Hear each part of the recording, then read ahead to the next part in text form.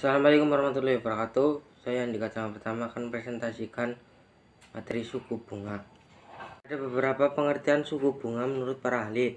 Satu, menurut Miskin, suku bunga adalah biaya pinjaman atau harga yang dibayarkan untuk dana pinjaman tersebut. Biasanya dinyatakan sebagai persentase per tahun.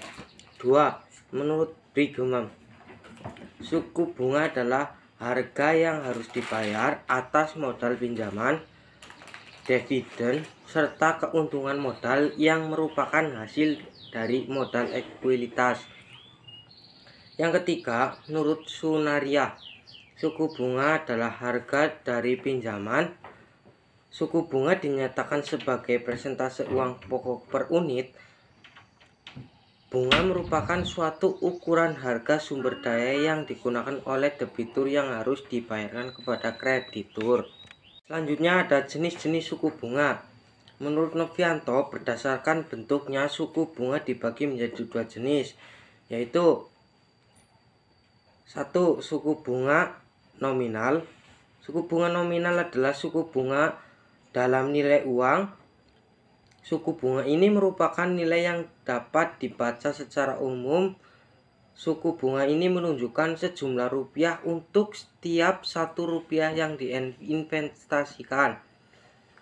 Dua, suku bunga real adalah suku bunga yang telah mengalami koreksi akibat inflasi yang didefinisikan sebagai suku bunga.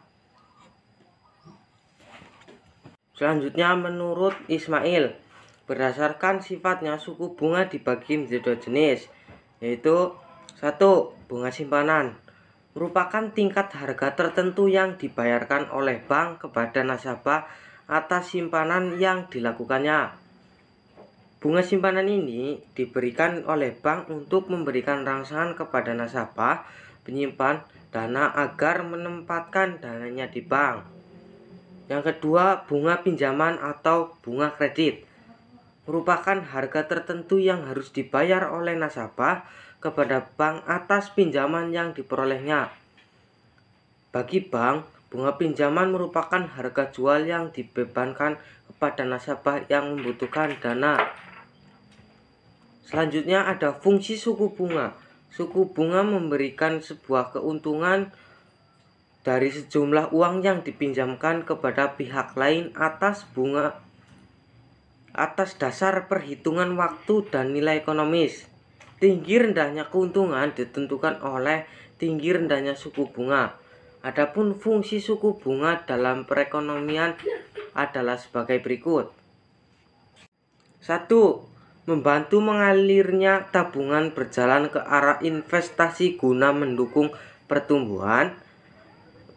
2. Mendistribusikan jumlah kredit yang tersedia, pada umumnya memberikan dana kredit kepada proyek investasi yang menjanjikan hasil tertinggi.